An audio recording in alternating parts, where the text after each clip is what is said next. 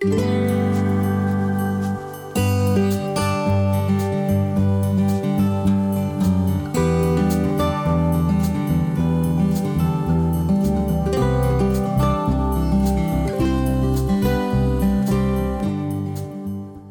yo soy Enrique Fabio Newton y en los próximos minutos voy a hacer una presentación sobre lo que a mí me parece más importante en cuanto a la mecánica del ajuste integral por inflación. Es una presentación que no se basa en determinada norma. Es decir, justamente por lo contrario, yo pienso que una buena forma de aprender ajuste por inflación es hacerlo sin mirar ninguna norma. Y una vez que uno sabe ajuste por inflación, entonces sí, mirar la norma y mirarla con sentido crítico. Así que yo me voy a dedicar un poco a la parte mecánica. En realidad hay otras cuestiones fundamentales en materia de ajuste por inflación, como por ejemplo cuál es el índice de precios que uno debe utilizar, etcétera, etcétera, pero yo me voy a referir específicamente a lo que acabo de decir.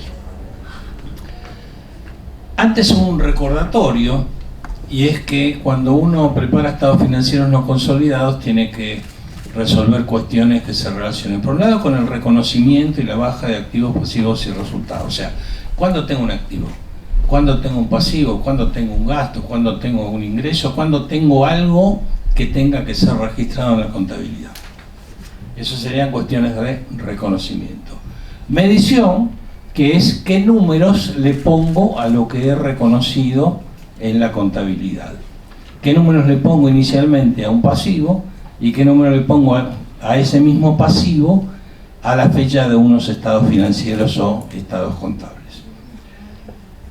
El contenido y la forma de los estados por presentar y la unidad de medida por utilizar, o sea, si voy a usar la moneda local, si voy a usar una moneda funcional, qué tipo de moneda voy a emplear para llevar la contabilidad.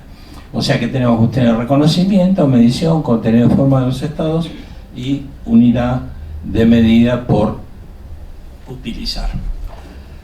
Ahora, ¿por qué se necesita hacer ajustes por inflación? Yo parto, por supuesto, acá de un preconcepto, es que los ajustes son necesarios y para mí son necesarios cualquiera fuera la tasa de inflación, porque siempre está el concepto de significación que en todo caso me permite no hacer los ajustes si es que los efectos de los ajustes no son importantes. Bueno, en un sistema contable lo que uno hace después de reconocer elementos, activos, pasivos, etcétera, y de asignarle números, es sumar, restar y comparar medidas contables. Las medidas contables que surgen de la aplicación de reglas de medición. Ahora, para que el resultado de estas sumas, restas y comparaciones tenga algún sentido y para que esos resultados sean comparables, hay que usar una unidad de medida que sea homogénea. O sea, yo no puedo sumar tomates con peras. Tengo que usar pesos y pesos. Pero además tienen que ser pesos que tengan similar poder adquisitivo. ¿De acuerdo? ¿Por qué? Porque si yo compré un terreno hace un año en 100 y compré otro terreno ahora en 100, los 100, y tengo registrados los terrenos al costo, los 100 pesos de hace un año no son iguales a los 100 pesos de ahora. Por lo tanto, no tiene ningún sentido que yo diga que la medida contable que le asigné al terreno 1 debe ser igual a la medida contable que le asigné al terreno 2. Yo de algún modo tengo que homogeneizar las mediciones para de ese modo superar el problema de que los 100 pesos de hace un tiempo no son iguales a los 100 pesos de ahora ni van a ser iguales a los 100 pesos de algún momento futuro. Lo que acabo de decir vale cualquiera sea el contexto económico, cualquiera sea la tasa de inflación y, como dije antes, la omisión de los ajustes es admisible cuando los efectos de ella no son significativos. Entonces, lo que se busca con los ajustes por inflación es corregir el problema de la unidad de medida, pero sin afectar la aplicación de las políticas contables que uno haya establecido en materia de reconocimiento, de medición y de exposición. Es decir, uno tendría que obtener un nuevo juego de números y ese juego de números utilizarlo en las sumas, en las bajas, en las sumas, en las restas, en las comparaciones y en las cosas que pongo en los estados financieros. Y de acá una conclusión es que uno no tiene que usar los ajustes como excusa para modificar los criterios de reconocimiento o de medición contable. Ejemplo. Yo puedo discutir si el capital que tengo que reconocer lo reconozco desde el momento del compromiso del aporte, de la suscripción, sería en el caso de unas acciones, o del momento en que lo recibo, la integración sería en el caso de unas acciones. ¿Ok? Muy bien, pero uno por ahí encuentra que en algún texto sobre ajuste por inflación o en alguna charla alguien dice, bueno, no, pero en realidad el capital, si yo no lo tengo, no lo tengo recibido, no lo tendría que computar. Momento. Uno tiene que ir ahí a los criterios de medición. Si tiene normas, tendrá que cumplir con normas, entonces los criterios de medición que están en normas, las normas contables de medición. Y en las normas contables de medición, en alguna parte, me va a decir si yo tengo que reconocer el capital desde el momento de la suscripción o desde el momento de la integración. Y si no me lo dice, tendré que ir al marco conceptual. Y en el marco conceptual, por ejemplo, yo encontraré que un activo es algo que uno tiene como consecuencia de hechos que ya han ocurrido.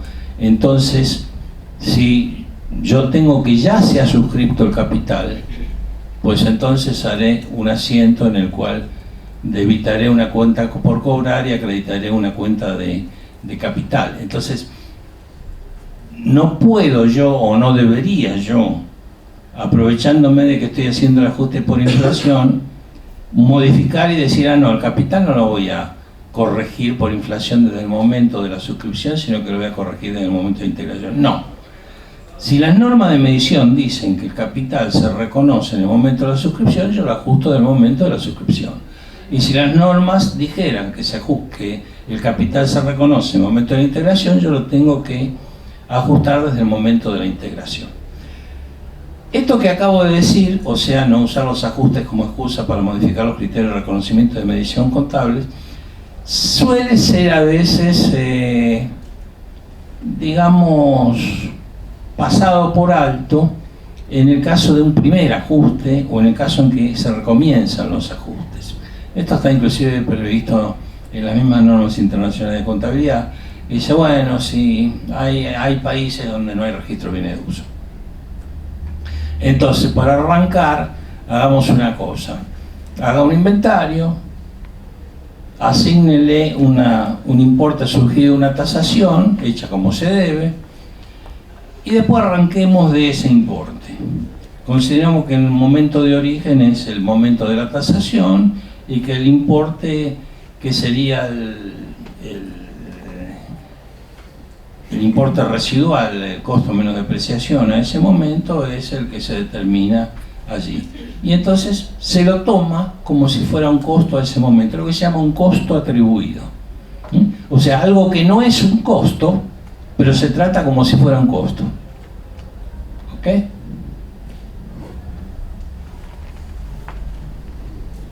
Bien. El tema básico acá es cómo ajustar. Acá hay que tener en cuenta una cosa. Uno suele decir, bueno, tal rubro se ajusta, tal rubro se ajusta. Bueno, no es tan sencilla la cuestión. Los rubros que aparecen en los renglones, ¿no? Que aparecen, por ejemplo, en un estado de situación o en otro estado contable, en realidad lo que hacen es mostrar el resumen de los saldos de una serie de cuentas. ¿Está bien? A su vez, cada uno de esos saldos puede estar integrado por partidas.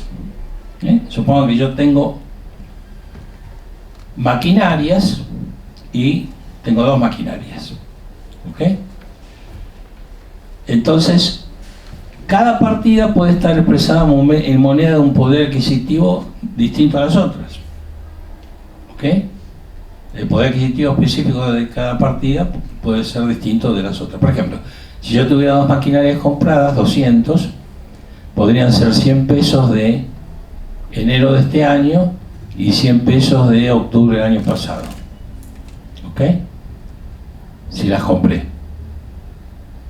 y si está medido en moneda de ese momento, porque también podría ocurrir que yo hubiera hecho un anticipo antes que fijara el precio o una parte del precio de la maquinaria.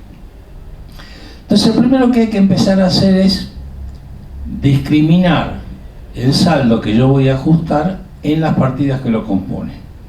Y yo tengo que buscar el poder adquisitivo en que está expresado cada una de esas partidas.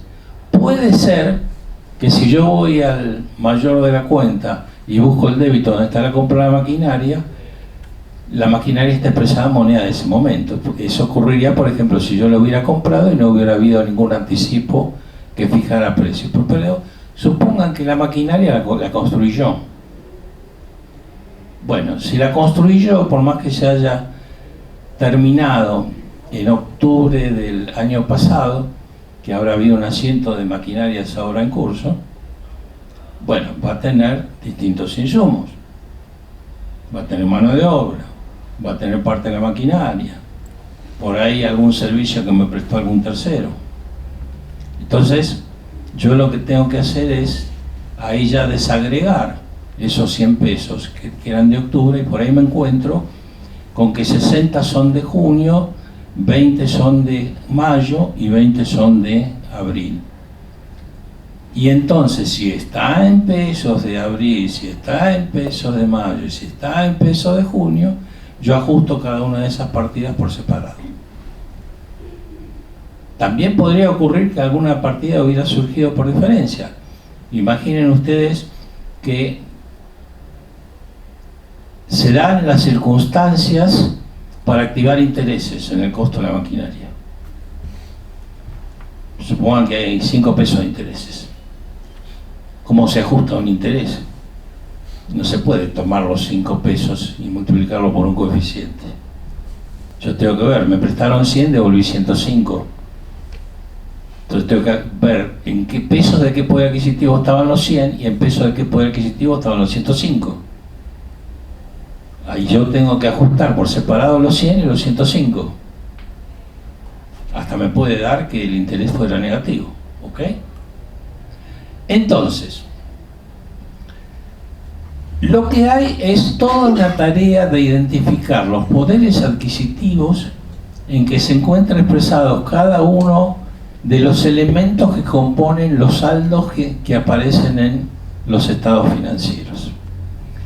Una vez que yo hice esa tarea, tengo que practicar, digamos, el ajuste por inflación aplicando algún tipo de coeficiente para llevar la medición en moneda de origen o la medida contable en moneda de origen hacia la moneda contable en la moneda que a mí me interesa. Normalmente la moneda que a mí me interesa va a ser la moneda de poder adquisitivo de la fecha de los estados contables.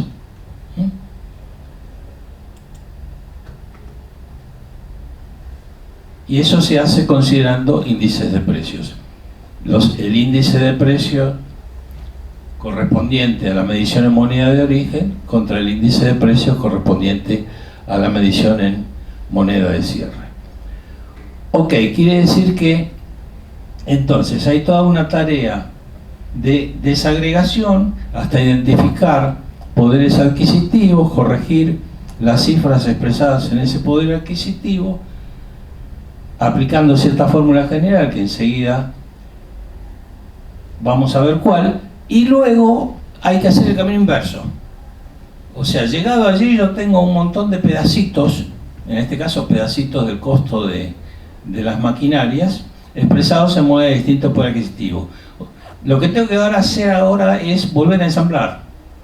Entonces tomo los pedacitos y vuelvo a hacer las sumas o las restas o las comparaciones que antes hice en moneda no ajustada. ¿Está claro esto? Mensaje general, entonces, yo no ajusto saldos, ajusto componentes de los saldos. ¿Ok?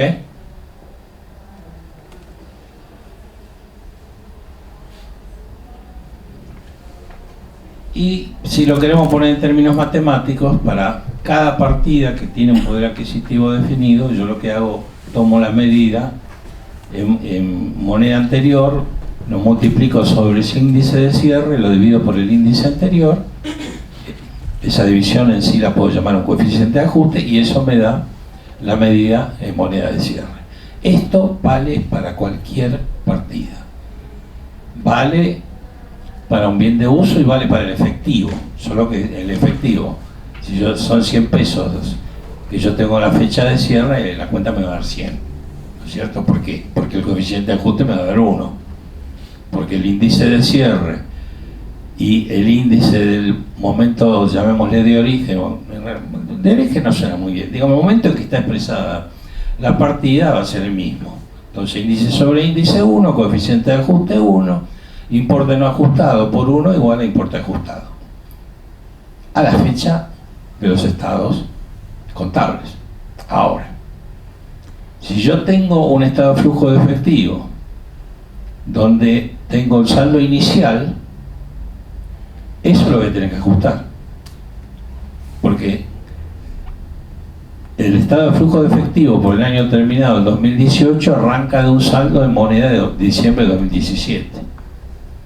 Y las demás partidas del estado de flujo de efectivo, bueno, supongamos que apliquemos el método directo, se ajustan con la fórmula que yo les acabo de indicar. Esto no impide que yo haga agrupamientos, ¿no es cierto? O sea, supongo que yo tengo en el balance la cuenta efectivo, y efectivo son 6 cuentas bancarias, 3 fondos fijos y la cobranza por depositar. Bueno, si yo sé que está todo en moneda de cierre, ¿para qué voy a hacer el trabajo uno por uno, componente por componente? O sea, los componentes que tienen similar poder adquisitivo, a los efectos del ajuste yo los puedo agrupar, y de ese modo me ahorro trabajo. Yo no he hablado de cuál índice aplicar y no voy a hablar del tema porque lo que quiero es centrarme un poco en la mecánica, pero sepan que en el mundo en general la discusión es si es un índice de precios mayoristas o un índice de precios al consumidor, y aparentemente hay un cierto sesgo hacia usar el índice de precios al consumidor. Muy bien, pero sí voy a hablar de algunas simplificaciones habituales que uno sigue o aplica cuando trabaja con índices. Los índices de precios no sé cómo serán en el Uruguay, pero en general cuando se dice el índice de precios de septiembre no se obtiene un número que esté basado en los precios del final de septiembre, sino a lo largo de septiembre. ¿Ok? Y cuando uno dice un índice de precios de agosto, lo mismo. No está basado en precios del final de agosto, sino en precios promedio del mes de agosto, o directamente el día 15 o 16 del mes, más o menos, ¿no? En algunos casos, o puede ser mixto, o sea, un verdadero promedio del precio del día 1, precio del día 2, hasta el precio del día 31, o directamente el precio del día 15 o el precio del día 16. Claro, después los periodistas, cuando ven que se publica el índice, dicen la inflación de septiembre fue del 2%. En realidad no es así. Es los precios de septiembre promedio en relación con los precios de agosto promedio aumentaron un 2%. Ahora, una simplificación que uno hace en la contabilidad es suponer que los índices de precios por utilizar miden la inflación de cada mes, ¿se escucha? Miden la inflación de cada mes punta a punta y no promedio contra promedio. Y esto tiene además una implicancia, esto más lo que sigue tiene una implicancia. Y lo que sigue es que en general uno dice, bueno, ajustemos las transacciones por mes, no nos vamos a poner a ajustar las ventas del día 1 de septiembre con un índice, las del 2 de septiembre con otro, hagamos.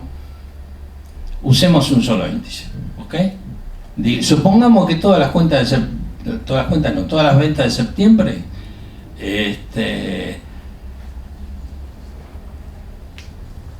se hicieron en moneda del mismo poder adquisitivo. ¿Ok? Bien. Es como si la inflación no fuera un proceso continuo, ¿no es cierto? Sino que es como si a lo largo de cada mes, a los fines contables, ¿no? A lo largo de cada mes hubo un único poder adquisitivo y la inflación se produce al final del mes. Hay un salto, ¿ok?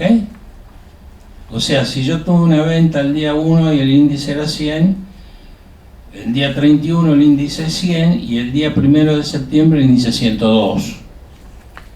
¿Ok? Bien. Hay excepciones, por ejemplo, la superinflación argentina de 1989, que esa sí es la hiperinflación, no es la hiperinflación de la cual habla la NIC 29, un 5.000 y pico % anual.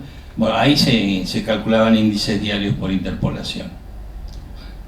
Estaba permitido, digo, no sé si todo el mundo lo hizo, pero se podían calcular índices diarios por interpolación.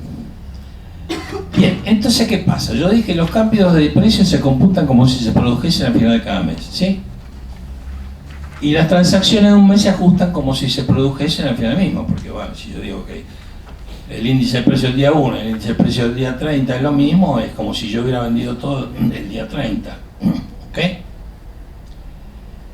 Entonces, yo puedo calcular, las iniciales RECPAN se usan en la Argentina, resultado por exposición a los cambios en poder adquisitivo de la moneda, se puede llamar resultado monetario, resultado por exposición a la inflación. Entonces el resultado por exposición a la inflación generado por un activo o por un pasivo, por grupos de activos o pasivos, puede calcularse fácilmente. Se toma el saldo que había al inicio del mes y se le aplica la tasa de inflación del mes. ¿Ok? Y eso me da un resultado en moneda de ese mes. Ahora después yo tengo que llevarlo a la moneda de cierre y eso ya lo hago con la fórmula general de ajuste.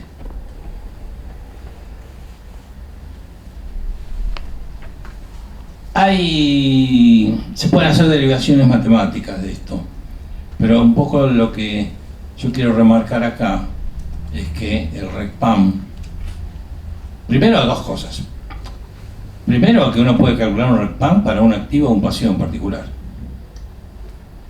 Con lo cual eso de que está el RECPAM, que es una masa de resultados financieros producidos por los activos menos los pasivos, es un poco una comodidad, digamos, una abstracción. Pero si uno quiere hacer un análisis como se debe, tiene que separar por lo menos el RECPAM generado por los activos del RECPAM generado por los pasivos. Y si tiene intereses, tiene que hacer jugar los intereses con el RECPAM correspondiente. Porque si no, las cosas pierden sentido. O sea, yo pongo costos financieros. ¿Pero qué pongo? El importe nominal. Y el ajuste de eso me queda metido dentro de ese RECPAM general que, para peor, algunos proponen calcularlo por diferencia. ¿Ok? No tengo por qué calcularlo por diferencia, lo puedo calcular analíticamente.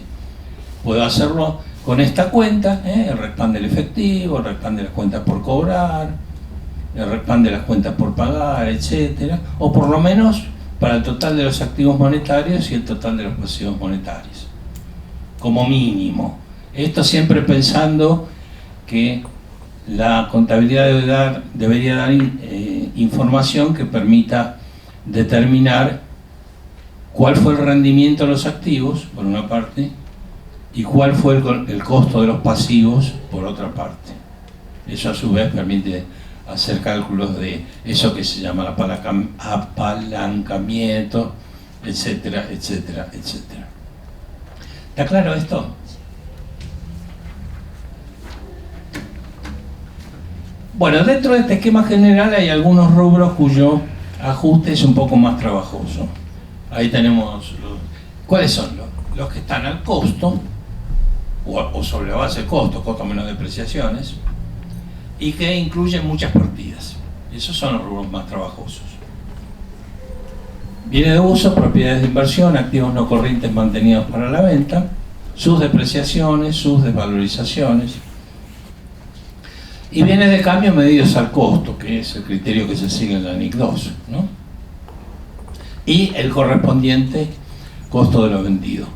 Bueno, para esto lo único que se me ocurre sugerir es considerar el empleo de subsistemas. Se pueden armar, uno puede tener un subsistema de bienes de cambio que le dé inclusive el costo promedio ponderado en moneda de cierre, cosa que algunos libros dicen que no se puede calcular. Bueno, sí se puede calcular si uno tiene un subsistema.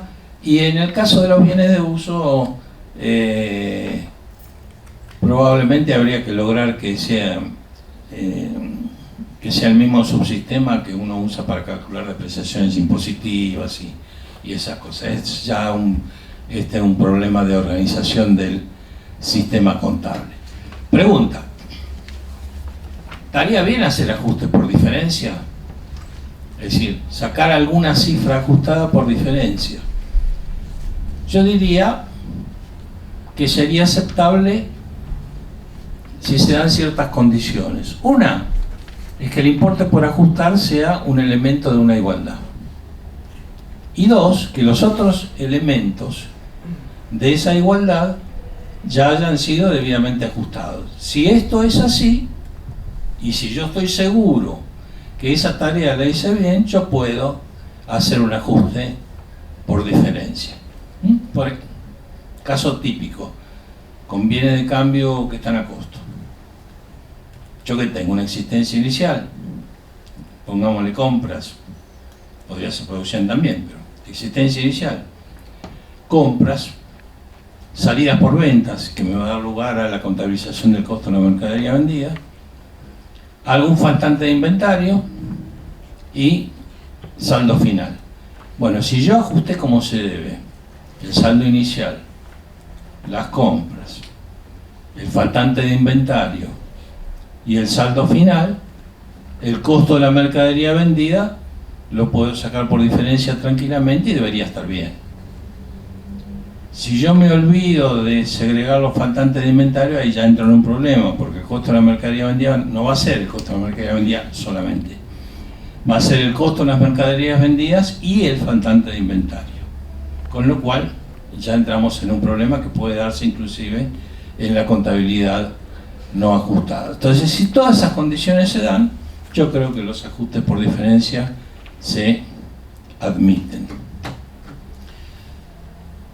La frecuencia de los ajustes, yo creo que lo mejor es hacer ajustes mensuales. Esto es el esquema que usa el Banco Central de la República Argentina para las entidades financieras. Lo está retomando ahora después de algunos años de interrupción, y es algo bastante sencillo porque se basa en tomar los saldos iniciales, aplicarle la tasa de inflación de cada mes y después empezar a ver algunas cuestiones particulares. Por ejemplo, yo tengo efectivo 100, tasa de inflación del mes 102, entonces ajusto y llevo el saldo efectivo a 102, pero tengo 100, entonces tengo que hacer un segundo asiento disminuyendo el saldo de efectivo y contabilizando el RECPAM sobre el efectivo. O lo podría tener definido en las reglas para preparar el primer asiento y hacer un único asiento. Para mí esto es lo más sencillo, y si no, todo esto hay que hacerlo a la fecha de los estados financieros, que es lo habitual, pero lo que también retrasa la terminación de las tareas de preparación de los estados contables. Y al final de todo esto, o sea, repasemos. Tenía unos saldos no ajustados, los desagregué, identifiqué el poder adquisitivo de cada partida, llevé la partida a una medida moneda de cierre, volví a ensamblar todo. Al final de todo esto, el debe tiene que dar igual que el haber. O sea, eso no hay ninguna razón para que no dé. Si no da, hay que buscar la diferencia, encontrarla y corregirla. Corregirla quiere decir corregirla bien, no mandarla al resultado por exposición a la inflación, ¿no? Pero queda algo por hacer. Yo partí de medidas en moneda no homogénea, ¿cierto?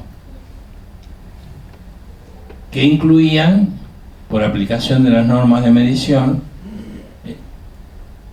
desvalorizaciones. O no las incluía, porque yo no las había detectado en moneda heterogénea. Bueno, entonces yo tengo que volver a hacer el trabajo de reconocer desvalorizaciones. O sea, podía haber ocurrido, supongo que yo tengo, algo que estaba costo menos depreciaciones, digamos, propiedad, planta y equipo, bien de uso, costo menos depreciaciones como medición primaria, y después lo comparo con el importe recuperable, ¿sí? Entonces yo tenía costo menos depreciaciones, me daba 100. El importe recuperable era 120, me había quedado tranquilo. Pero si ahora yo voy y tomo el costo menos depreciaciones en moneda de cierre, puede ser que esté por encima de 120. Supongan que da 125, tengo que reconocer una desvalorización de 5 pesos en moneda de cierre que antes había pasado inadvertida. ¿Ok? Entonces, y ahí sí, hecho eso, uno trata los saldos ajustados tal como trataría los saldos no ajustados, con algunas consideraciones especiales. Yo voy a tener que el capital que resultó de hacer todo lo anterior es un capital ajustado, pero puede ser, primero, que el capital tenga un importe nominal. No en todos los países ocurre, pero digamos en los nuestros suele ocurrir. Entonces yo tengo un capital nominal 100, capital ajustado 280. El verdadero capital es 280, pero yo tengo que mostrar los 100. ¿Por qué? Porque ese dato es el que le permite a cada inversor, a cada accionista, saber cuánto más o menos le toca del patrimonio total de la entidad. La forma de hacerlo, bueno, en la Argentina se divide en los 280 y se pone capital nominal 100, ajuste el capital 180, lo cual da lugar a algunas confusiones, porque cuando llega la hora de aplicar algunas reglas que tienen que ver con datos surgidos de los estados contables, no falta el que dice, no, para el caso, por ejemplo, para calcular el límite de la reserva legal, que el límite de reserva legal, límite mínimo, digamos, ¿no? Es un porcentaje del capital, no falta el que dice, no, yo tengo que tomar el capital nominal. Bueno, no, es verdad, si tengo una ley que me dice ajuste por inflación, y la misma ley me dice la reserva tiene cierto límite, que es un porcentaje de capital, bueno, tiene que ser el capital ajustado. Pero, digamos, el hecho de tener dos renglones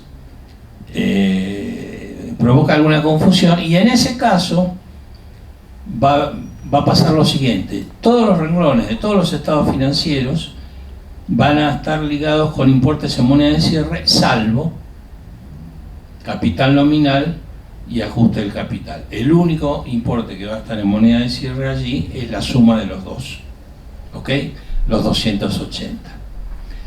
La otra cuestión es tratar cada uno de los RECPAM que deban reconocerse el resultado de un modo que sea coherente con los criterios adoptados por la exposición de los resultados financieros. O sea, si yo tengo una norma de exposición que me dice usted tiene que mostrar por un lado los resultados financieros generados por el activo y por el otro lado los resultados financieros producidos por la financiación, bueno, pues yo tengo que calcular como mínimo un RECPAM para las cuentas del activo, un RECPAM para la cuenta del pasivo, y después el RECPAM para las cuentas del activo lo mando contra los importes nominales de resultados financieros del activo, y el RECPAM para las cuentas del pasivo lo mando a los costos financieros nominales. O sea, lo peor que uno puede hacer es tener un solo renglón que se llama RECPAM, que en algunas normas se insinúa que se pueda sacar por diferencia, con todos los riesgos que eso implique. Bueno, con esto más o menos creo haber explicado cómo debería uno encarar un trabajo de ajuste por inflación. Fíjense que lo hice más o menos 30 minutos, ¿no? O sea, el tema conceptual del ajuste por inflación no es algo tan complicado realmente. Ahora, lo que se puede tomar son 6 afirmaciones que a veces aparecen por ahí y que, a mi juicio, son insostenibles. Algunos que aparecen en viejos trabajos, viejos digo de década del 60, 70, por ahí, ¿no? Son que los rubros no monetarios se ajustan y los monetarios no se ajustan. Rubros monetarios serían efectivo, obligaciones de pagar efectivo o cuentas por cobrar en efectivo, ¿no? Entonces se dicen, bueno, esos no se ajustan. Y los bienes de cambio sí se ajustan porque son monetarios. Pero fíjense qué pasaría si aplicamos esta forma de razonar hoy. Uno podría tener inversiones al valor razonable, propiedades de inversión al valor razonable, y en realidad no se ajustan porque el valor razonable ya está expresado en moneda de cierre. O sea que la regla monetario no monetario para decidir qué es lo que se ajusta y qué es lo que no se ajusta no tiene ningún sentido. Después están los que dicen, bueno, la causa del RECPAM es el ajuste de los rubros no monetarios. Entonces, por ejemplo, dicen, bueno, yo tengo efectivo, un terreno y capital, ¿ok? Entonces dicen, bueno, el RECPAM sale porque yo ajusté el terreno y ajusté el capital. No, el RECPAM sale porque yo tuve efectivo durante un periodo en que hubo inflación. Más aún, yo lo puedo. Fíjense que eso me obligaría a calcular el RECPAM, si aplicara el criterio que no me gusta, me obligaría a calcular el RECPAM al final de todo. O sea, primero tendría que ajustar capital, después el terreno o viceversa, y al final, por diferencia, sacaría el RECPAM con todos los riesgos que implica obtener una cifra contable por diferencia. Entonces, no es que el RECPAM surja del ajuste de los rubros no monetarios, sino que el RECPAM surge por tener rubros monetarios durante un periodo en que hay inflación. A la creencia de que lo que dice en el punto 2 sería correcto, ayudan algunas ejemplificaciones haciendo que, por ejemplo, dice terreno a RECPAM. Bueno, no. La forma lógica sería terrenos a una cuenta de movimiento, capital a una cuenta de movimiento, y después uno calcula el RECPAM por separado, manda el RECPAM contra la cuenta de movimiento, y si todo está bien, la cuenta de movimiento tiene que tener saldo cero. ¿Ok? Después está lo que dice, bueno, los ajustes deben efectuarse en cierto orden. Entonces, por ejemplo, en la resolución técnica número 6 de Argentina, dice, bueno, empiece por el activo inicial, el pasivo inicial, saque el patrimonio inicial, después vaya al activo final, pasivo final, patrimonio final, saque la diferencia, y lo que no son aportes y retiro de los propietarios, este es el resultado. Entonces después arranque con venta, etcétera, etcétera, etcétera, y al final lo que le queda es el RECPAM. Bueno, con todo el riesgo que eso implica. No, los ajustes se pueden hacer de cualquier orden, en el orden que a uno se le antoje. O sea, yo quiero empezar por RECPAM, empiezo por RECPAM. ¿Okay? Los RECPAM.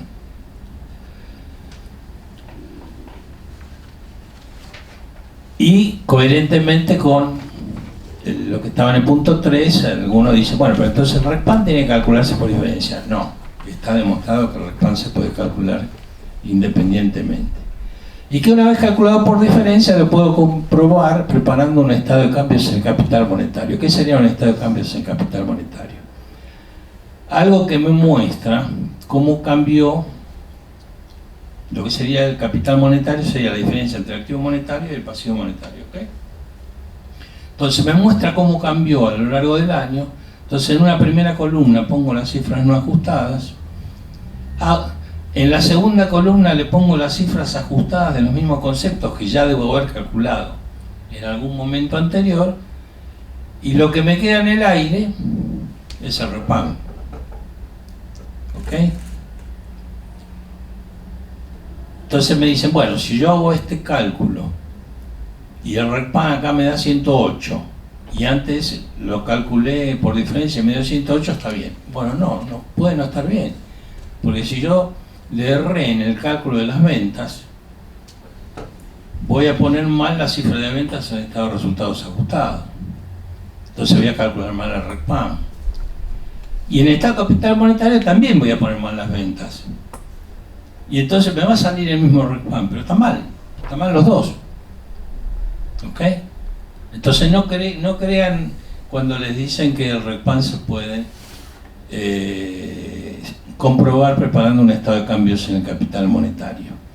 Y lo último, que ya no es una cuestión contable, es el que dice, bueno, si yo ajusto por inflación, gano tanto, pierdo tanto. O sea, el estado no ajustado me daba 100 de ganancia, el estado ajustado me da 80, por lo tanto el ajuste por inflación me provocó una pérdida de 20. No. La contabilidad no crea resultados. Yo tenía 100 porque había medido los resultados con ciertos criterios. Y ahora tengo 80 porque calculé los resultados con otros criterios. Pero no tiene sentido comparar los 100 con los 80. No tiene sentido de decir yo gané o perdí tanto porque hice el ajuste por inflación. Por ahí alguien les puede pedir, digamos, un cliente les puede pedir que ¿por qué antes me dio 100 y por qué ahora me da 80? Bueno, habrá que explicarle debidamente en qué rubros están las principales diferencias. Pero siempre tengan presente esto: la diferencia entre una cifra ajustada y una cifra no ajustada no tiene ningún significado concreto, porque la cifra ajustada está en una moneda de poder adquisitivo definido, y la cifra no ajustada es una suma algebraica de importes en monedas de distinto poder adquisitivo. ¿No es cierto? Como si yo dijera, tengo un dólar, o tenía 35 pesos y con 35 pesos compré un dólar, entonces tengo 34 de diferencia. No tiene sentido comparar una cifra con la otra. Con esto finalizo mi monólogo y dentro de un rato, si hay preguntas, podría intentar buscar quien sepa cómo contestarlas. Y cualquier cosa, si se olvidan alguna pregunta, ahí tienen mi dirección de correo para efectuarlo. Así que por ahora, muchas gracias.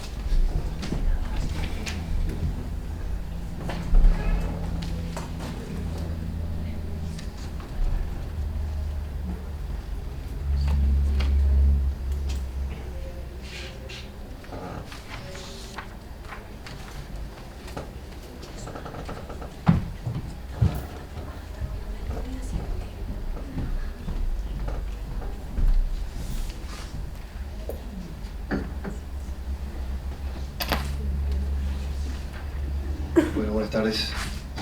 ¿Se escucha bien? Bien.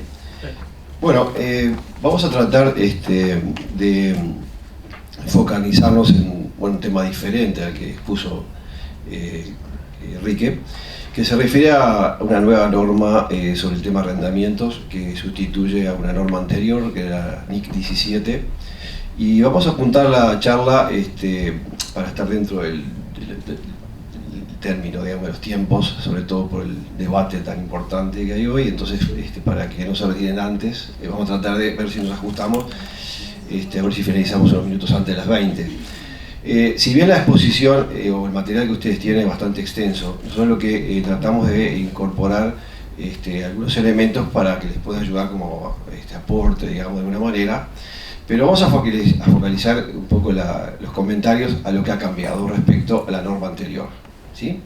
Y hacer algunos comentarios a cómo sería el trabajo de implementación, de transición, como se le llama normalmente, cuando uno aplica una norma por primera vez. Simplemente a modo de introducción, la situación, digamos, anterior a la NIC 16 era que en general se tendía a identificar en los contratos de arrendamientos si se asimilaba o se asemejaba a lo que sería una especie de compra a crédito, ¿sí?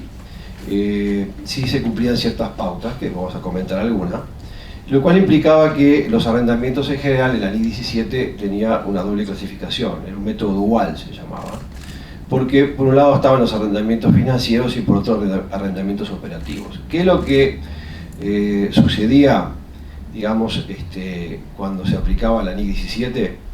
Que muchos arrendamientos que se clasificaban como operativos, que es lo que normalmente nosotros a nivel universitario en los primeros años de facultad decíamos, bueno, esto es un alquiler que va a resultados, registramos la pérdida de vengada durante el ejercicio contra el pasivo correspondiente, y en el cuerpo de los estados contables no reflejábamos ninguna otra situación, salvo eventualmente las notas a los estados financieros que sí eran exigidas, ¿verdad? Pero lo que ocurría es que algunos tipos de contratos de arrendamiento quedaban, digamos, fuera del balance, ¿sí?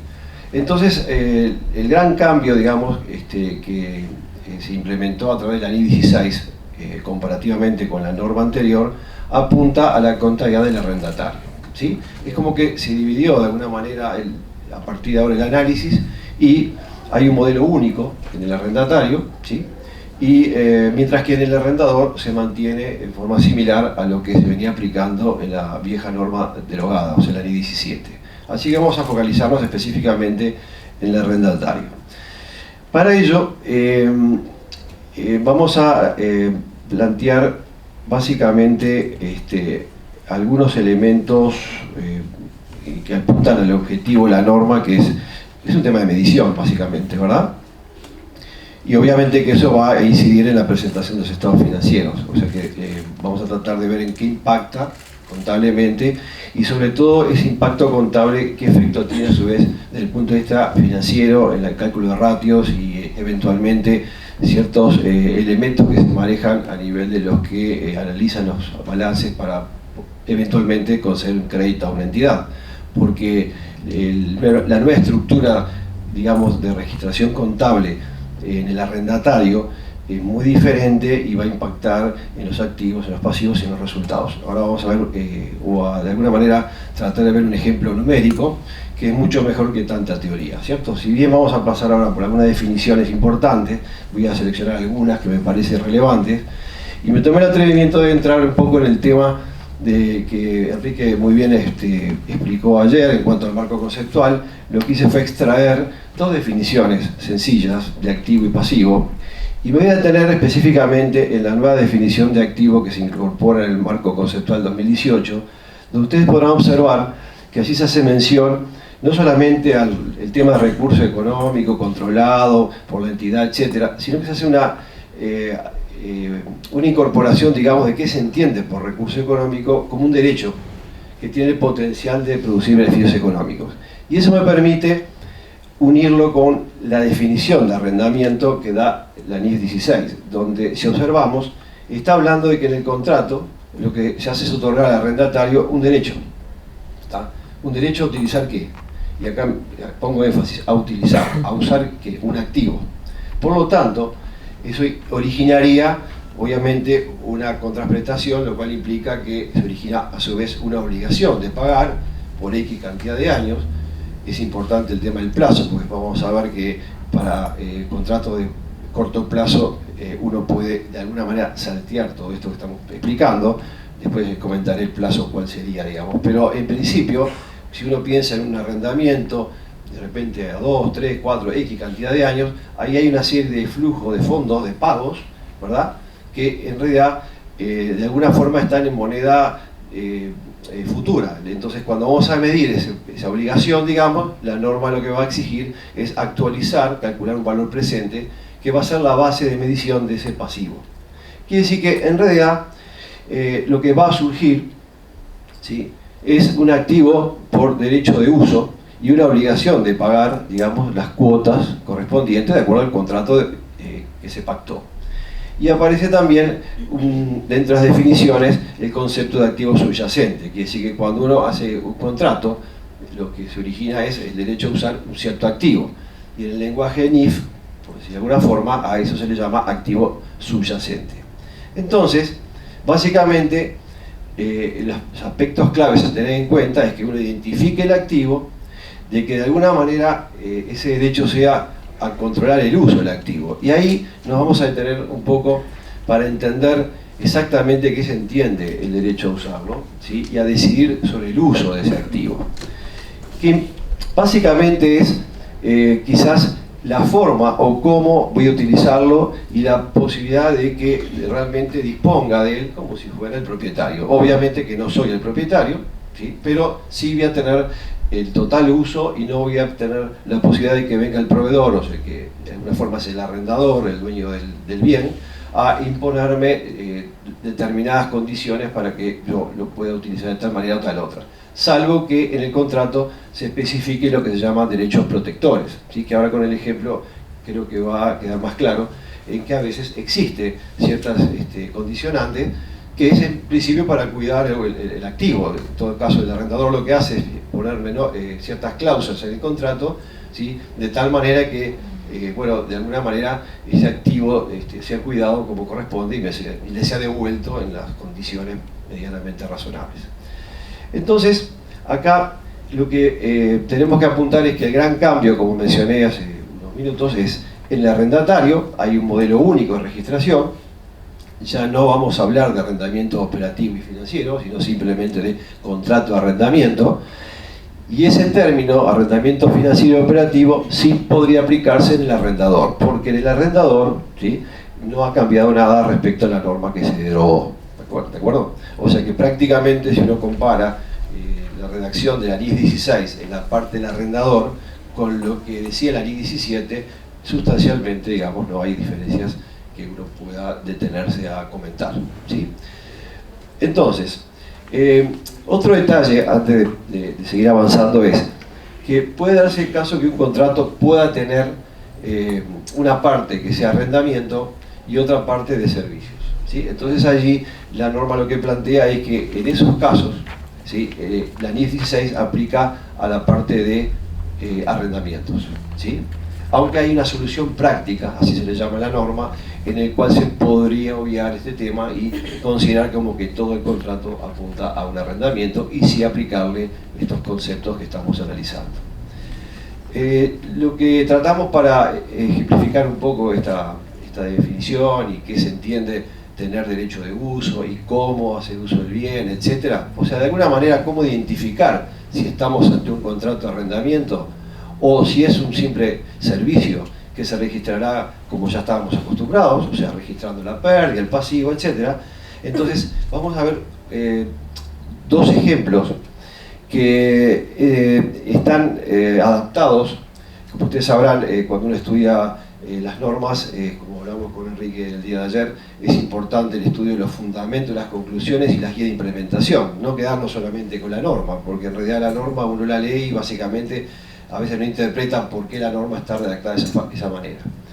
Entonces lo que hicimos, haciendo la mención correspondiente como corresponde, por derecho de autor, este ejemplo está adaptado de uno de los ejemplos que está en la guía de implementación dentro de los fundamentos, dentro de la parte de la normativa del IASB, lo cual ustedes van a observar que prácticamente la redacción es similar, pero tiene un punto clave, que es el que está allí en amarillo, no sé si se ve correctamente, bueno, que ahí es donde tienen que apuntar para poder diferenciar si estamos ante un contrato de arrendamiento o no. O sea, si el contrato realmente, digamos, es válido para aplicar esta norma, o si directamente aplicamos un contrato como si fuera un servicio normal. Si ustedes observan, dice, vamos a suponer que un cliente contrata con un proveedor propietario de un barco, o sea, un arrendador, el transporte de carga entre dos puertos ya definidos, vamos a suponer que es entre Montevideo y Santos, por ejemplo, ¿sí?, en un barco especificado, o sea que hay un activo especificado. O sea que por ahí se cumple un poco lo que dice la norma, identificar el activo, perfecto. El proveedor se supone que opera, mantiene y se responsabiliza por el transporte seguro de la carga y no tiene derecho a sustitución. ¿Qué significa? Que en realidad el proveedor no puede venir e indicarme, este barco lo necesito para otro destino, vengo y le traigo otro que cumple las mismas funciones. O sea, en principio, en este caso no hay derecho a sustitución. El cliente tiene prohibido contratar a otro operador, pero se especifica, y observen acá lo que está remarcado, el tipo de carga, la fecha de carga y la entrega. Vayan analizando el caso B, y voy a hacer un juego, digamos, didáctico si quieren, y van a ver que es prácticamente lo mismo. Y me voy a detener en lo siguiente. En primer lugar, dice que el periodo es por 5 años, el contrato, ¿sí?, diferencia con el caso A, que no habla de plazo.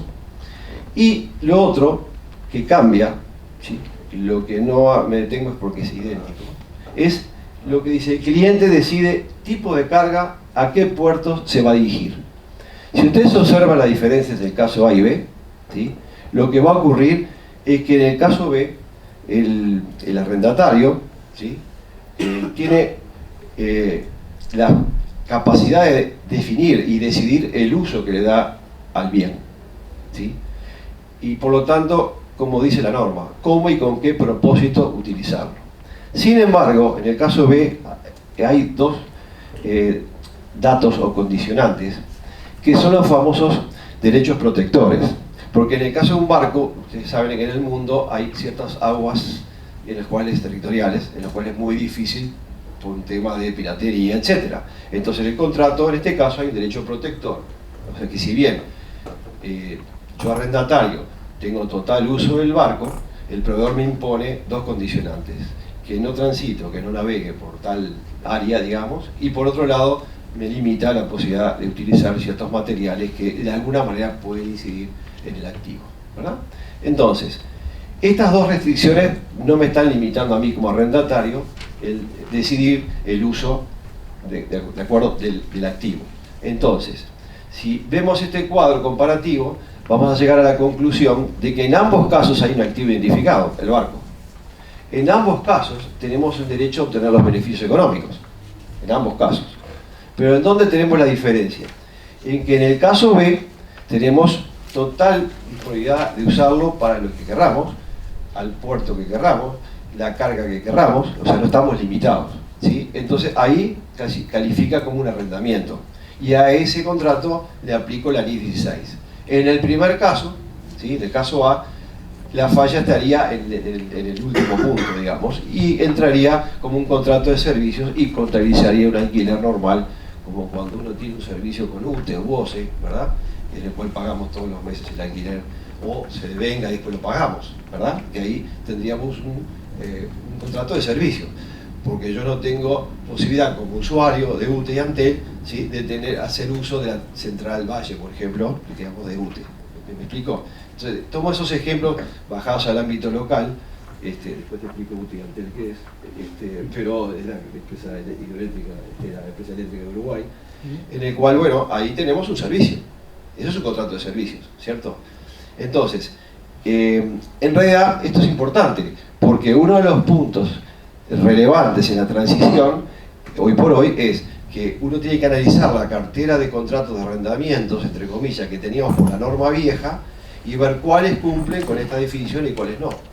Porque a algunos se le va a aplicar la NIF 16 y a otros se siga utilizando lo que es un servicio que se registra de acuerdo a lo devengado durante el ejercicio económico. Entonces, vamos a apuntar al arrendatario entonces, ¿sí? Si les parece, y en primer lugar, si no les parece, seguimos igual, para las dudas, entonces tenemos preguntas para el final. Tenemos, por un lado, el reconocimiento de un activo como un activo por derecho de uso, así le vamos a denominar al rubro, ¿sí? Luego se podrá especificar, porque puedo tener varios contratos de varios ítems, y en el plan de cuentas uno podrá subdividir, ¿no? Activo por derecho de uso de maquinaria o de vehículos, y así sucesivamente. Es un tema de plan de cuentas más bien. Y por otro lado tenemos una obligación. El tema es cómo medir, porque esta norma básicamente es de medición, reitero, es de medición. Si bien tiene aspectos de el impacto de la presentación, tenemos que apuntar a ver cómo medimos este activo y cómo medimos este pasivo. Y quizás les pueda llamar la atención de que arranco, digamos, por decir de alguna manera, por el pasivo. Uno dice, ¿por qué no arrancas por el debe, que está más cerca, digamos, ¿no? Cuando uno mira un asiento, ¿no? Bueno, el motivo es el siguiente. La medición de los pasivos por arrendamiento es al valor presente, ¿sí? BP, valor presente, de todos los pagos de arrendamiento. Quiere decir que tenemos que traer los flujos o los fondos, digamos, los importes nominales o futuros, por decir de alguna manera, al valor actual. ¿De acuerdo a qué? A una tasa de interés. Después vamos a comentar si la tasa de interés es implícita, si la tasa es incremental. Ya entramos ahí en un área casi financiera, por decir de alguna manera, pero que todos como contadores entendemos de qué hablamos. O sea que en realidad es hacer un cálculo de ese valor futuro y traerlo al valor presente. Pero ¿qué sucede? Ese va a ser el importe del pasivo, ¿sí? Que luego habrá que ver si hay parte corriente o no corriente, de acuerdo a las normas que ya conocemos, ¿verdad? Pero cuando voy a medir el activo, si observan, el valor de costo, ¿sí? Va a estar formado como primer elemento, ¿sí? Por el valor que calculé del pasivo. O sea que si el valor presente del pasivo es 1000, entonces cuando voy a medir el activo por derecho de uso, arranco de 1000 y le agrego otros conceptos. Cuando digo le agrego es en términos netos, porque puede haber alguna deducción. Por ejemplo, si el valor presente me dio 1000, pero yo le pago el honorario del escribano, ¿sí? Por 10, yo voy a activar valga la redundancia, perdón, el activo por derecho de uso por 110. O sea que es el valor del pasivo por 100 y le voy a incorporar ese elemento adicional que en realidad se lo pagué al escribano, se lo estoy pagando al arrendador, ¿correcto? Eso significa que el activo y el pasivo no tienen por qué estar medidos por el mismo importe, ¿sí? En el ejemplo que vamos a proponer va a coincidir porque, bueno, para facilitar, creo que los ejemplos académicos a veces son más sencillos que en la vida profesional. Bueno, acá vamos a elegir un ejemplo simple en el cual vamos a tener la coincidencia, pero es importante tener en cuenta que no siempre la medición inicial del activo y el pasivo va a ser por el mismo valor, ¿sí? Porque, por ejemplo, bueno, recién hice el ejemplo del costo directo inicial, como se le llama a ese honorario del escribano, ¿no? Dejando el IVA aparte, por supuesto, ¿cierto? Salvo que la empresa no descuente, ¿no? Pero a lo que voy es, puede haber algún incentivo que se le da al arrendatario para que realmente alquile, entonces puede haber importes que se puedan deducir, ¿verdad? Por lo tanto, si uno ve la norma, ¿sí? Dice medición inicial del derecho de uso es medición inicial del pasivo por arrendamiento, más pagos previos, menos incentivos, ¿sí? Más costos directos iniciales. Más que, y acá entra a jugar otra norma, los famosos costos de desmantelamiento y restauración digamos, de alguna manera del activo o del sitio donde está instalado el activo que estamos arrendando.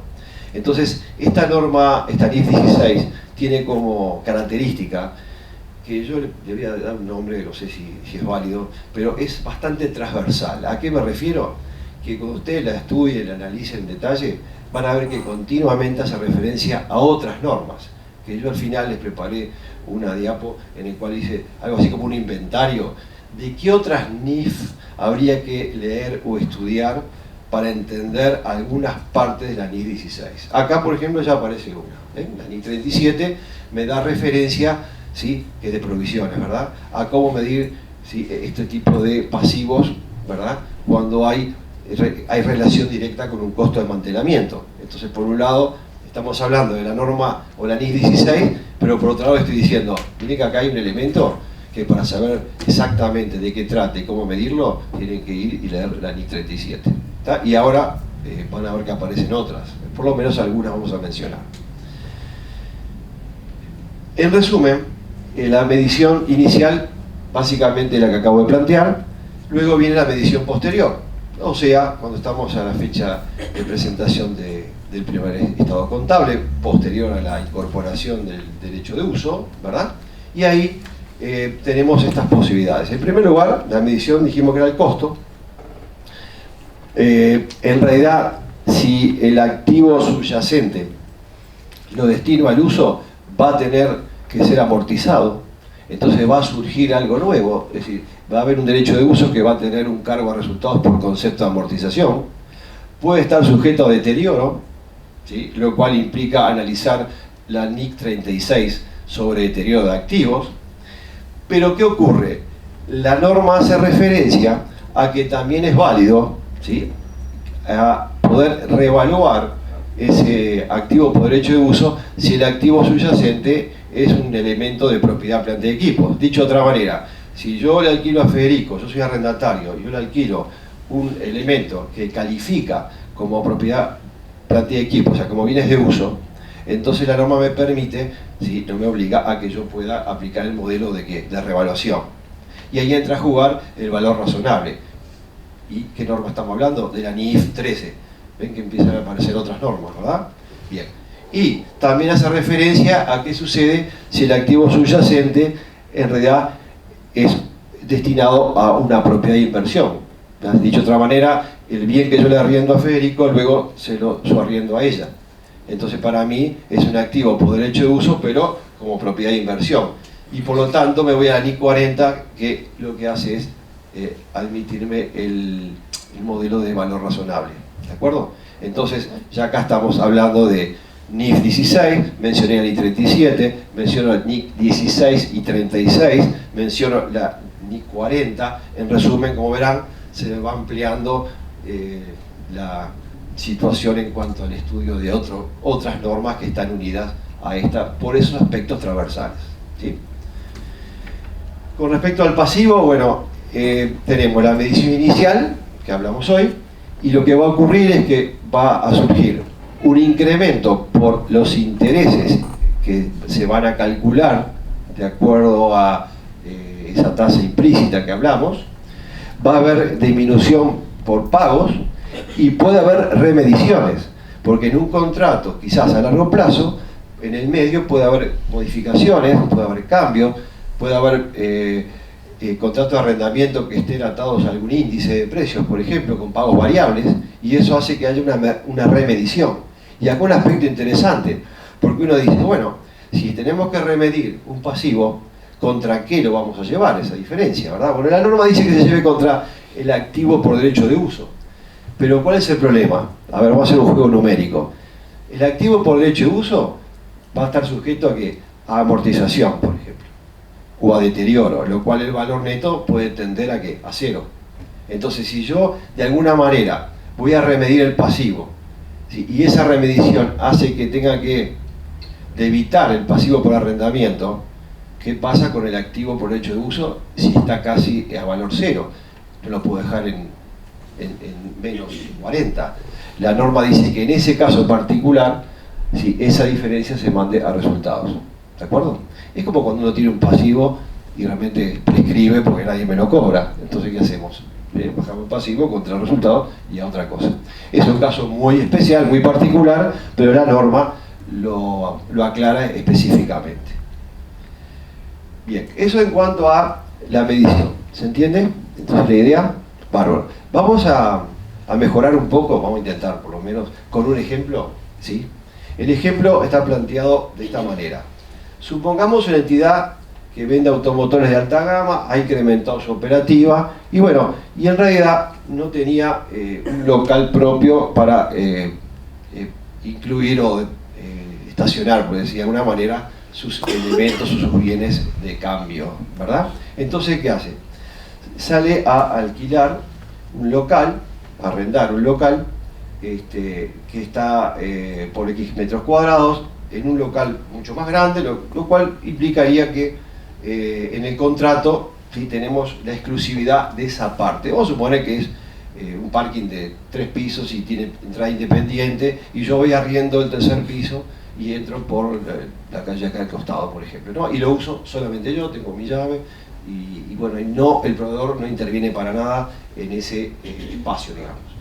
Entonces, se plantea un alquiler para facilitar 10.000 unidades monetarias al final del mes 12 y un plazo de 2 años. Como verán, es un ejemplo bien sencillo para entender sobre todo la parte del impacto que tiene si yo comparo esto con lo que era la vieja NIC 17.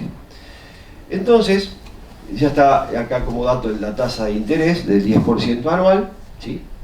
Y, ¿qué va a ocurrir? En la medición inicial, fíjense que son 2 flujos de fondos, ¿no? Un pago de 10.000 y otro de 10.000, uno a los 12 meses y otro a los 24 meses.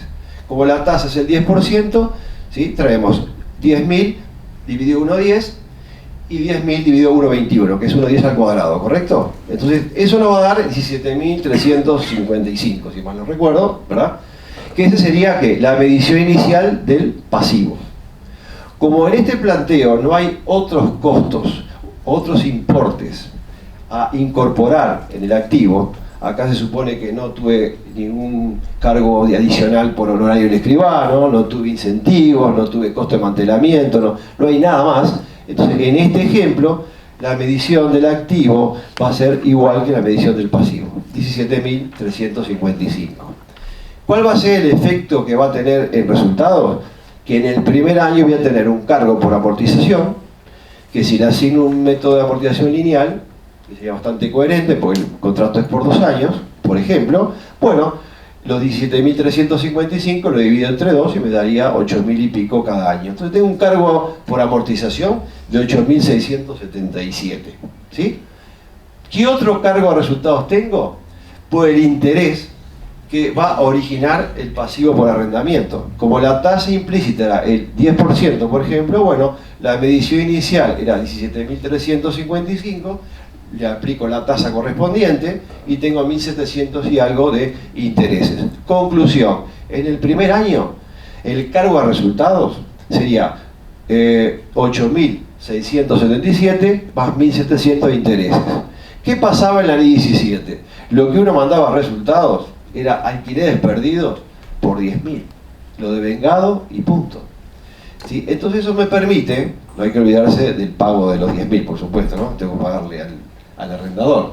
Entonces eso me permite armar esta planilla que lo que hace es comparar y creo que de alguna manera explicar el impacto que tendría en los resultados. Si ustedes observan, en el primer año, ¿sí?, el cargo a resultados por NIC 16 va a ser la suma de ¿qué? De la amortización del activo por derecho de uso más los intereses que se devengaron del pasivo, que da una cifra que es 413 pesos mayor que los 10.000 que uno reflejaba en un arrendamiento operativo por la ley 17, ¿sí? Pero después, en el segundo año, ¿qué es lo que ocurre? Se va a compensar. Uno dirá, bueno, pero en los resultados acumulados esto queda igual. Bueno, con ese criterio uno dice, sí, la empresa se funda en 1980 y se fundió en el 2020. En los hechos, ¿no?, liquide todo. Bueno, con ese criterio no habría devengamiento, no habría resultado, no habría contabilidad. Entonces lo importante es que el cargo a resultados, ¿sí?, va cambiando, pero además internamente. Y eso afecta situación, resultados, el estado del flujo de efectivo. Ahora vamos a ver por qué. Si quieren ya se lo comento, digo, porque en realidad, de última, tenemos por un lado una amortización que es un no fondo, habrá que hacer por el método indirecto, que es lo que nos gusta acá en Uruguay, entonces hay que eliminar, ¿verdad?, esa partida. Por otro lado, no va a aparecer los 10.000 como un flujo operativo, porque tenemos el pago que es de financiamiento, entonces ya cambia prácticamente el estado de flujo efectivo en varios aspectos, ¿verdad? Bien. No sé si el ejemplito más o menos quedó claro, pero bueno, cualquier duda, bueno, tomen nota y al final pueden consultarnos. Si no, lo planteamos a Martínez y la calle la duda y bueno, que contesten ellos, ya que está, ¿no? Es más fácil. Es más fácil. Cualquier duda después de las 20 la pasamos para el canal 4. ¿Sí? Bueno, impacto. En el estado de situación, ¿cuál es el impacto? A ver, sin duda, surge un activo y un pasivo que antes no aparecía. Esta es la frase que hoy mencionamos, de que había, de alguna manera, rubros integrales fuera del balance. Esto se incorporó. Hay un estudio a nivel internacional de los billones, no millones, billones de dólares que existen en el mundo, digamos, a través de contratos con estas características, ¿verdad? Lo cual implica que uno se cuestione, ¿y qué tipo de actividades son básicamente las que más impacto van a tener? Por ejemplo, las compañías aéreas. Si ustedes observan, por ejemplo, el balance de cualquier compañía aérea importante, de Lufthansa, LATAM y Plura, bueno, alguna de las compañías grandes, de 200 aviones de repente puede haber 50, 60, 70 bajo contrato de arrendamiento. No son propiedad de la propia compañía, ¿sí? Hagan el trabajo de entrar en alguna de estas compañías y van a ver en las notas de los estados contables, hay un detalle de cuáles son aviones arrendados y cuáles son de propiedad de la entidad, y van a ver el impacto que puede tener. Es tremendo, ¿no? ¿Verdad? Bien, eso por un lado en el estado de situación. En el estado de resultado, no sé si quedó más o menos claro con el ejemplo, el impacto que tiene. Voy a tener cargo a resultados por amortización, por intereses, que antes lo tenía el cargo por alquileres. Además que el importe es distinto, ¿verdad? O sea que el resultado del ejercicio, o el resultado, ¿sí?, va a dar cosas diferentes, lo cual impacta obviamente en la cifra que uno propone de la distribución de utilidades, porque esto sí que nos toca el ORI, o sea, el otro resultado integral, ¿sí? Bien, y en el estado de flujo efectivo el comentario relevante que les planteaba es que justamente estamos de alguna forma clasificando, o de alguna forma clasificando distinto, ¿sí?, los pagos que estamos haciendo por el concepto de arrendamiento, porque van a ser una actividad de financiamiento y no una actividad operativa. Y eso incide en los análisis de los estados contables, en los ratios y bueno, todo análisis que hace un analista de crédito sobre la información de los estados financieros de la empresa.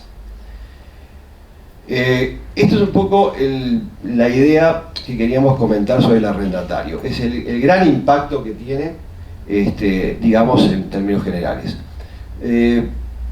Yo diría hacer algún comentario sobre el arrendador para que no quede la charla, digamos, como se dice, un poco inconclusa o un poco sin la otra patita, ¿no?, sin ver la otra historia. El arrendador, bueno, quienes conocen la ley 17, ¿qué les puedo decir?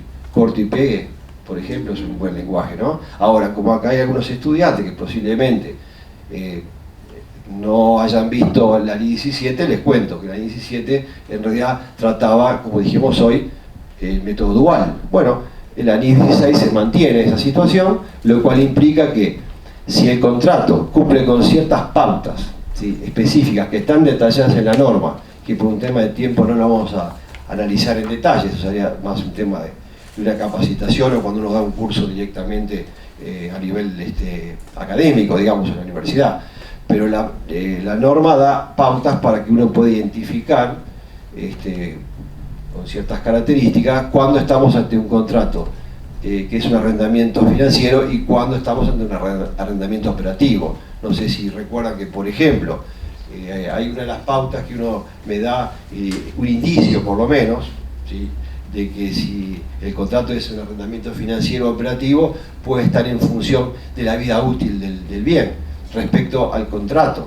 Es decir, bajo ciertas condicionantes, cuando se aproximan ambos plazos, puede ser un indicador de que estamos ante un arrendamiento financiero. O cuando el valor razonable del bien en cuestión, del activo subyacente, ¿sí?, es sustantivamente similar al valor presente de los pagos mínimos. Son elementos que da la norma, hay más, ojo, pero simplemente como recordatorio, si ustedes van a la norma, hay ciertas pautas que uno, en forma individual o combinada, nos da el indicador para decir, bueno, este contrato es arrendamiento financiero y este contrato es operativo.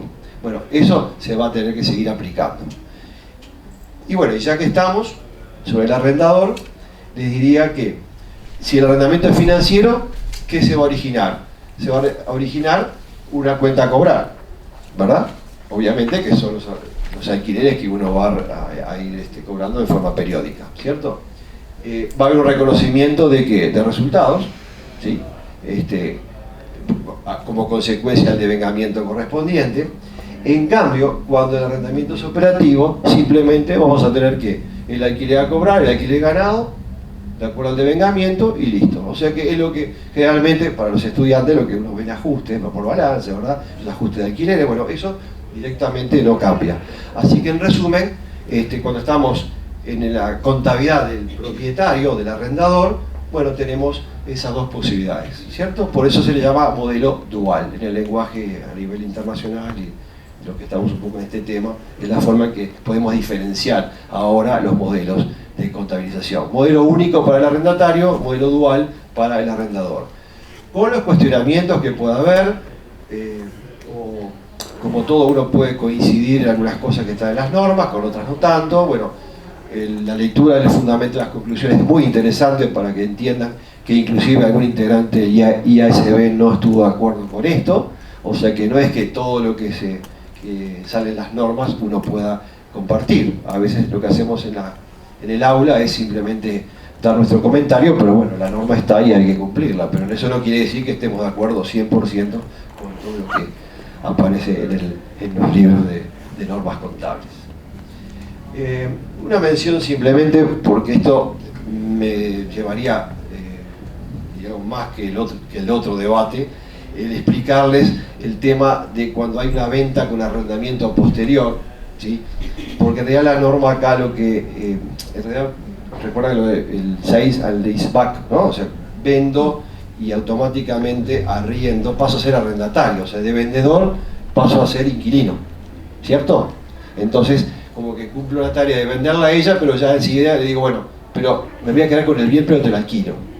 Eso es venta con arrendamiento posterior.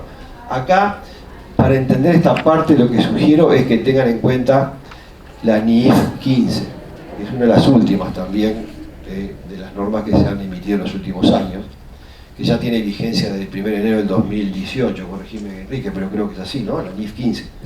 Pero más o menos está en vigencia ya pero está en vigencia, ahí está. Porque esta norma, la NIF 16, entró en vigencia a partir del 1 de enero del 2019. ¿tá? Se podía aplicar de forma anticipada, siempre y cuando ya aplicáramos la NIF 15. ¿Y por qué? Porque en este caso, como ustedes estarán observando, la norma me dice que habría que definir si estamos ante una venta o no, porque vieron que el título dice venta con arrendamiento posterior. Entonces, para poder reconocer que estamos ante la primera parte de la frase, en una venta, la norma me lleva a la NIF 15. Y la NIF 15 tiene algunos criterios para reconocer lo que se llama obligaciones de desempeño, lo cual origina una complicación adicional. Entonces acá simplemente por un tema de tiempo y que es un poco el alcance de la charla, les diría que tengan en cuenta, cuando hoy o mañana tengan que estar en esta situación, ¿sí? Tengan en cuenta primero estudiar la NIF 15, porque si no, cuando llegamos a esta parte necesariamente vamos a hacer un poco de agua, como dice vulgarmente, porque es una referencia directa a otra norma. Acá tenemos otro cruzamiento o aspecto transversal que les mencionaba hoy, ¿sí? Veo que llevan varias, ¿no? Y queda alguna más en el tintero, bueno, no os quería aburrir. Y creo que venimos bien, ¿sí? Le prometí a Federico que íbamos a terminar 10 minutos, 15, así que antes de las 8. Así que bueno, venimos bien y nos da para hablar un poquito de la transición. No es un tema menor. Imagínense ustedes si están trabajando en el tema de normativa, contable, etcétera, que hacen un análisis de toda la cartera de contrato de arrendamiento que tienen, ¿verdad? En una empresa que cierra balance, vamos a suponer ahora el 31/12 del 2019, ¿sí? Porque si cierra balance ahora el 31 de octubre, el ejercicio económico arrancó en el año pasado. Por lo tanto, ahí puedo obviar, digamos, todo esto y zafar, digamos, de alguna manera. Ahora, si el ejercicio económico arrancó a partir del 1 de enero de 2019, tenemos ya que presentar un primer balance y eso nos obliga a pensar, ¿y qué hago con los contratos de arrendamiento que tengo de años anteriores? ¿Verdad? Y en general, cuando hay la transición, y pasa, ya pasó a nivel internacional y en Uruguay ni que hablar, vienen los atajos. Yo le llamo atajos cuando la normativa me permite hacer cosas más sencillas, ¿cierto? Y bueno, acá la norma da dos posibilidades, ¿sí?, para la transición. Una, que en realidad se llama aplicación retroactiva, y es muy probable que si yo elijo a 100 contadores, 99 me van a decir que la van a obviar. ¿Por qué? Porque en la aplicación retroactiva, que sería técnicamente lo más adecuado, hay que reexpresar estados financieros de periodos anteriores. Imagínense, ni para atrás, X cantidad de tiempo, a ver, porque tengo el tema del comparativo. Entonces, si voy a hacer un comparativo del balance 2019, tengo que ir hacia atrás y ver el de 2018, y tengo un tema del patrimonio al inicio del 2018, lo cual origina un problema, digamos, de trabajo, que si bien la norma me permite obviarlo, ojo, porque técnicamente, digamos, esto sería lo más correcto, ¿cierto? Entonces me dice, bueno, los ajustes van a ir contra patrimonio, usted tiene que ir hacia atrás, para poder tener los balances o los estados contables del periodo anterior correctamente medidos para que sean comparables. Bueno, muy bien. Lo que se ideó, por decir de alguna manera, es una aplicación retroactiva, le llamo simplificada, en el cual me voy a tener en 2 o 3 aspectos. En primer lugar, aplica desde el inicio del periodo corriente, ¿sí? Quiere decir que me paro al inicio del 2019, analizo los contratos que había a esa fecha, veo si alguno puedo, disculpen el término, zafarlo porque es de corto plazo, y en eso es una excepción, se le llama una exención, la palabra exacta, ¿sí? O si es un arrendamiento de bajo valor, ¿sí?, entonces en ese caso también es una exención, no tengo que aplicar todo esto, y bueno, ahí decido el ajuste que tengo que hacer de ahí en adelante. Entonces, obviamente que eso me evita un trabajo importante. Ahora, ¿qué va a ocurrir? No reexpreso la información comparativa, los ajustes van contra el patrimonio inicial. En el tema de las notas a los estados contables, me permiten no cumplir con el 100% de lo que me exige la NIC 8 cuando hay un cambio de política contable, ¿verdad? Porque a fin de cuentas eso es un cambio de política contable. Sí me exige algunas notas adicionales que se detallan en la propia norma, pero es un trabajo mucho más sencillo, por decirlo de manera, que el aplicar la opción retroactiva completa. O sea que en resumen hay un atajo importante, y creo que, como les decía hoy, es muy probable que muchos colegas opten por esta alternativa, ¿sí? Pero lo importante es que sepan que si vamos a aplicar una transición en forma adecuada, la aplicación retroactiva simplificada no es lo mejor desde el punto de vista de la calidad de la información. Pero bueno, a veces cuando el Consejo Emisor de Normas de alguna manera emite este tipo de normas contables, y son para todo el mundo, lo que se intenta también de alguna forma es incentivar, por decirlo de alguna manera, en el buen sentido, de que todos los colegas, todos los contadores del mundo, de alguna forma nos podamos adherir al cuerpo normativo. Y si nos ponen palos en la rueda, o sea, nos complica, obviamente que la tendencia, sobre todo de ciertos países en el cual no se da tanta importancia a la normativa contable como a la tributaria, que es el caso de Uruguay, por ejemplo, en el cual obviamente ustedes bien saben cómo es la situación en Uruguay. Entonces como que se priorizan las normas fiscales y las contables, para muchos de repente como que no es tan relevante como debería ser, y por lo tanto si de alguna forma se hace muy estricto la transición, lo que originaría es que directamente los colegas del mundo en muchos lugares ni aplicarían las normas. Entonces en realidad hace que se facilite de alguna manera aplicando este tipo de cosas. A nivel local, ustedes saben, sin querer irme del tema, pero también en la aplicación de la transición para ANIS para pymes hubo una solución a la uruguaya, por decirlo de alguna manera. No vamos a comentar eso porque es otro tema, pero siempre existe esa alternativa, y en el caso de ANIS 16 creo que hay que considerarlo, ¿sí?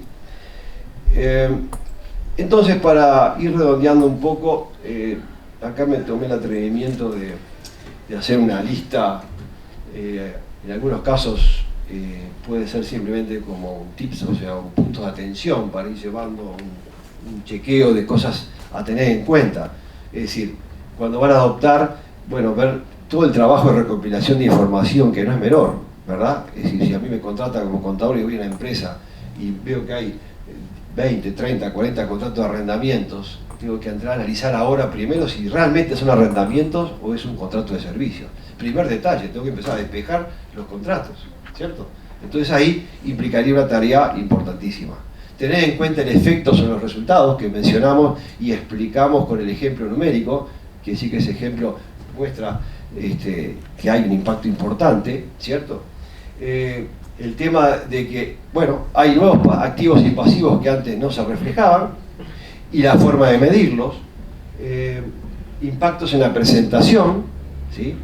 Les hago una mención sobre este punto. Uno dice, ¿y ese activo por derecho de uso, dónde lo vas a clasificar dentro del activo? ¿Verdad? ¿En qué parte? Bueno, la norma lo que dice es lo siguiente. Primera alternativa, el activo por derecho de uso, ¿sí? Está atado a un activo subyacente. Ese activo subyacente, ¿sí? ¿En qué lo están destinando? ¿Como bien de uso? Fenómeno. Entonces, ¿dónde lo incluyen? Dentro de propiedad planta de equipo. ¿Qué puede ocurrir? Quizás que sea bueno separarlo, pero puedo ponerlo todo junto y luego una nota a los estados contables desagregando. Por ejemplo, en el caso de las compañías aéreas, ¿qué cantidad de aviones, ¿cierto?, son propiedad de la empresa, ¿sí? Y qué propiedad de aviones están dentro de lo que sería un activo por derecho de uso, ¿de acuerdo? Pero en el total tendría un monto de activo, propiedad, planta de equipos. Y si no, la alternativa es separarlo en dos líneas de balance para que ya me quede identificado, ¿verdad? La comparabilidad de la nueva información, tener en cuenta que dependiendo de la opción de retroactividad o de transición que tome, va a tener incidencia o no en el comparativo, como hablamos hoy, ¿sí?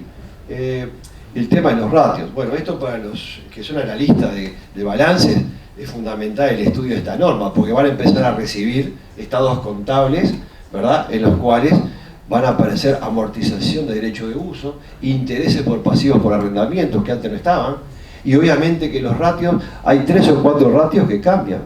Por ejemplo, la razón corriente, porque van a tener un pasivo por arrendamiento que antes no se reflejaba, ¿sí? Y entonces la cuota parte corriente va a tener incidencia obviamente en la razón corriente, porque estos activos por derecho de uso son no corrientes, entonces ahí la razón corriente cambia, ¿sí? Va a haber impacto en lo que es el retorno sobre activos, porque tengo un activo nuevo y cuando uno toma las ventas sobre activos, antes era un activo por 1000, ahora va a ser 1200, porque tengo el activo por derecho de uso, me cambia ese ratio.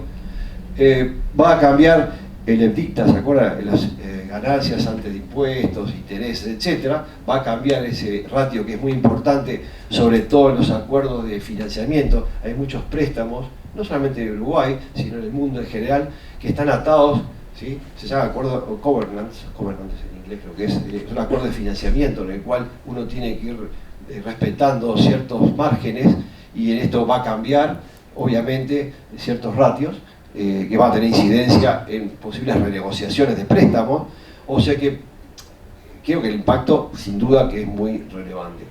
Y puede haber pasivos por arrendamiento en moneda extranjera, lo cual origina diferencia de cambio, ni que hablar si nos metemos en el tema del ajuste por inflación.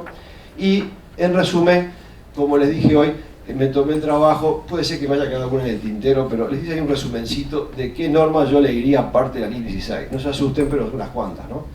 Algunas son simplemente alguna mención. Usted dice, pero ¿y la NIF 9? Creo que está mencionado, es la de instrumentos financieros, porque en realidad acá se originan activos y pasivos financieros, ¿sí?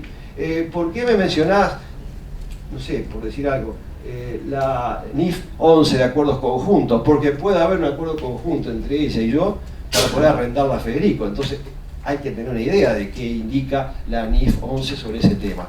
Bueno, y así sigo con otras, pero bueno, ya nos iríamos con todas las normas, entonces ahí sí que nos vamos mañana. Así que bueno, en resumen, esto creo que les puede aportar simplemente una idea de cómo unir el cuerpo normativo de forma transversal. Cuando uno habla de normas contables a nivel internacional, no podemos dejar de lado bajar al caso uruguayo, porque si no vivimos como en la nube, diciendo, bueno, tal, esto es aplicar en Uruguay. ¿Qué pasa en Uruguay hoy por hoy? Lo que pasa en Uruguay hoy por hoy es que es verdad, lo hablamos en la charla de ayer, hay empresas que aplican NIF completas o NIF full, van a aplicar NIF 16, pero ¿cuántas empresas tenemos que aplican NIF para pymes? ¿Y cuántas entidades son EMIR? O sea, entidades de menor importancia relativa. Entonces, ¿qué pasa con esas empresas? A ver, ¿qué es lo que pasa? Primero, si yo voy a elegir un ejemplo simplemente para no aburrirnos mucho. Yo tengo un cliente que califica como EMIR de acuerdo a los decretos locales, ¿cierto? Entonces, la NIF para pymes en Uruguay que estamos usando es la versión 2009. Todavía eso, no estamos aplicando la última versión que es la del 2015. Si uno va y lee la NIF para pymes, cuando habla de la sección 20, creo que es, que habla de arrendamiento, trata de idéntica manera que la NIF 17. Entonces yo voy a tener un cliente que es EMIR y tengo otro cliente que aplica NIF full. Entonces tengo que aplicar NIF 16 para este cliente y la sección 20 de NIF pymes para este. Salvo que yo quiera subir de categoría y a la empresa EMIR decida aplicarle NIF completas, que puede ser una solución, ¿verdad? Ya que estamos en un 2x1 y tengo dos clientes y a los dos le aplico NIF full, porque los decretos uruguayos lo permiten. Ahora, si yo desagrego y me ajusto exactamente a la normativa, las pymes no van a tener incidencia, este tema no tiene incidencia, digamos, por ahora, ¿cierto? Cuando yo ahí pregunto, ¿hay alguna excepción? Claro, si las pymes en Uruguay y las EMIR, que son pymes, sí, más chiquitas, ¿cierto? Yo decido subirlas de categoría, por supuesto que es una excepción, porque a esas sí le tengo que aplicar el cuerpo completo. Recuerde que no puedo inventar un marco normativo con el nombre de Foley Newton o Jorge Ramos, sino cada contador tiene un marco normativo distinto. Entonces, si yo a una EMIR la subo de categoría y aplico NIF completa, bueno, para todos los temas, ¿entiendes? Si no haría es como cuando uno va a un restaurante y tiene menú a la carta o tiene un menú ejecutivo. Entonces son diferencias, ¿no? El precio además. ¿Tá? Y bueno, en esto es el trabajo, en todo caso, profesional. Bien. Entonces, conclusiones. Primero, evaluación anticipada de los impactos. Tarea no menor cuando estamos ante un cliente que tiene muchos arrendamientos. Si tengo un cliente que tiene un contrato de arrendamiento, bárbaro. Lo único que hago es ver si es de arrendamiento o de servicios. Y listo, ojalá sea de servicios y me evito todo esto. ¿Está bien? Bien. Adopción anticipada, bueno, había opción si aplico NIF 15, ¿correcto? Enfoque de transición, tengo dos posibilidades. Ustedes saben cuál elegir, en mi opinión. Pero el trabajo es distinto, sin duda. Efectos sobre los contratos vigentes es justamente analizar cómo califican o clasifican y el efecto que va a tener sobre la información comparativa y todo lo demás. Saber separar cuando un contrato de arrendamiento de servicios, que el ejemplo de hoy trató de alguna manera ayudarlos a poder guiarlos de alguna manera para cumplir con este punto. Ver las posibles excepciones. Hay dos excepciones. Una es cuando son contratos de bajo valor y la norma, no la norma mismo, si mal no recuerdo, sino los fundamentos de las conclusiones, ¿sí? Habla de cuando el valor del activo subyacente es de $5.000 cuando es nuevo, ¿sí? En ese caso no corre esto, por suerte. Imagínense en los delivery, que yo tengo 8 o 10 motitos, les voy a aplicar todo esto, ¿verdad? Solo el horario del contador sale más caro que medir las motos. Me explico, entonces, cuando yo tengo una moto que vale menos de $5.000, ¿no? Hay alguna de 30.000 o de 20.000. Entonces digo, interviene el valor para que yo tenga la posibilidad de alguna manera, saltear la NIF 16, y también cuando es de corto plazo. O sea, cuando el plazo es menor a 12 meses, se dice que es de corto plazo. Y también la norma dice que si cuando hago el primer balance, el contrato era originalmente de 10 años, pero quedan de aquí para adelante menos de un año, también entra la excepción. Está bien eso, ¿no? Imagínense un contrato que hace 10 años que lo tengo y me queda 6 meses para que finalice. Mirá si voy a calcular 10 años por atrás, el valor presente, etc. Creo que la norma en ese sentido dio una solución inteligente, ¿sí? Bien, esto sin duda que origina analizar cómo impacta en nuestro sistema contable, en nuestro sistema de información, si está adaptado a la contabilidad de los sistemas que tenemos para aplicar todo esto. a veces el choque que tenemos en Uruguay es que queremos aplicar normas de alta calidad y todavía llevamos la contabilidad manual, ¿entiendes? Banco a caja, caja a venta, así como en el siglo XVII. Entonces, eso no es coherente. Entonces, si nos metemos a esto, primero hay que ver el sistema de información, cómo surge, qué programas tenemos y qué capacitación, que es el último punto, tiene el personal de contaduría, empezando por nosotros. Vamos a arrancar primero por el contador a cargo, ¿no? Entonces, todo eso son aspectos que, a mi entender, habría que considerar. Puntualidad inglesa. Me pidió 10 minutos antes, o 15, ¿no? Me pasé 5. Pero bueno, esto es un poquito lo que tenemos para comentarles y bueno, con Enrique estamos a la orden si quieren alguna pregunta o lo que sea. Estamos a disposición de ustedes.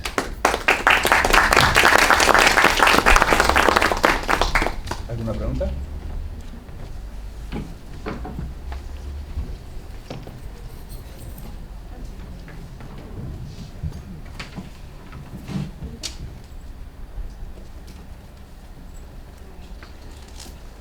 Bueno, igual que yo decía ayer, los profesores han dejado la forma de comunicarse con ellos si sugiere alguna consulta en el futuro. Personalmente vuelvo a agradecerles las excelentes presentaciones que realmente han enriquecido. Bueno, si soy Enrique. No te lo preguntan enriquecido. Y ha sido un gusto contar con su visita. A Jorge lo hemos seguido por acá, siempre es un placer escucharlo, pero destacar su presencia como invitado especial en esta jornada. Bien. Bueno, muchas gracias. Yo agradezco también a Enrique.